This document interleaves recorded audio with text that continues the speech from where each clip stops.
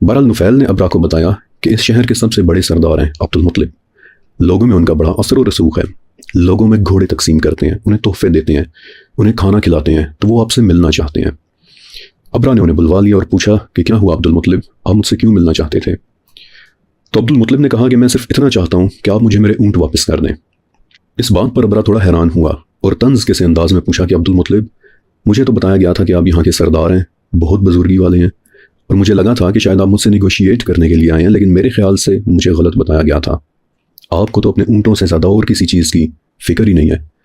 तो अब्दुल मुत्तलिब बोले कि मैं तो बस अपने ऊँटों का मालिक हूँ, जबकि इस घर का मालिक अपने घर की हिफाजत करना बखूबी जानता है। लिहाजा आप मुझे बस मेरे ऊँट वापस कर दें। हाँ, काबा के साथ फिर आप जो चाहें करिएगा। यह सुनकर पहले तो अबरा हंसा, फिर कुछ सोचा और फिर बोला कि इन्हें इनके ऊँट वापस कर दो। और अपने ऊँटों को लेकर अब्दुल मुत्तलिब वहाँ से वापस मक्का आ गए।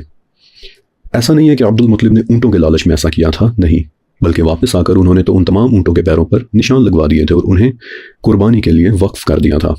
और इसके बाद फिर अब्दुल मुत्तलिब और उनके साथ कुछ बड़े सरदार, ये लोग हिरा के पहाड़ पर चढ़ गए और दुआ की कि ऐ अल्लाह, इंसान तो सिर्फ अपने सामान की हिफाजत करता है, इस घर की हिफाजत तू खुद कर। और अगली सुबह अबरा ने अपने हाथियों के साथ मक्का की तरफ एक बार फिर से मार्च शुरू कर दी। लेकिन शाम के वक्त कि जब ये लोग मक्का के करीब पहुंच गए तो अबरा के हाथी ज़मीन पर बैठ गए।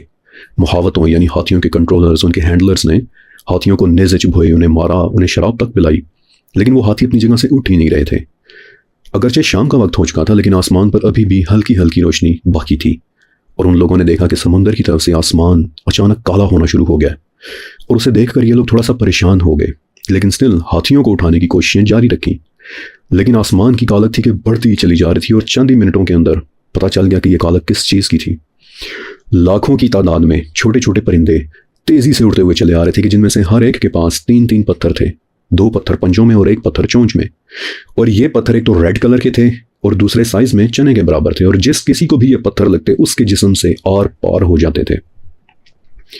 हालांकि ये पत्थर कोई बहुत ऊंचाई से तो नहीं आ रहे थे, बल्कि ये परिंदे तो इतना नीचे उड़ रहे थे कि लोग बताते हैं कि अगर हम चाहते तो हाथ बढ़ाकर हम उन्हें पकड़ भी सकते थे।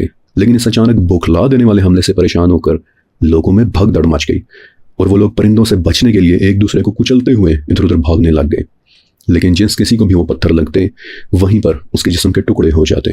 जबकि अबरा को लोगों ने देखा कि वो वापस यमन की तरफ भाग रहा है, और जैसे जैसे वो भाग रहा है वैसे वैसे उसके जिस्म से टुकड़े गिरते चले जा रहे हैं। जबकि लोगों ने यह भी देखा कि आखिर में अबरा का दिल भी बाहर निकलकर ज़मीन पर गिरा पड़ा था।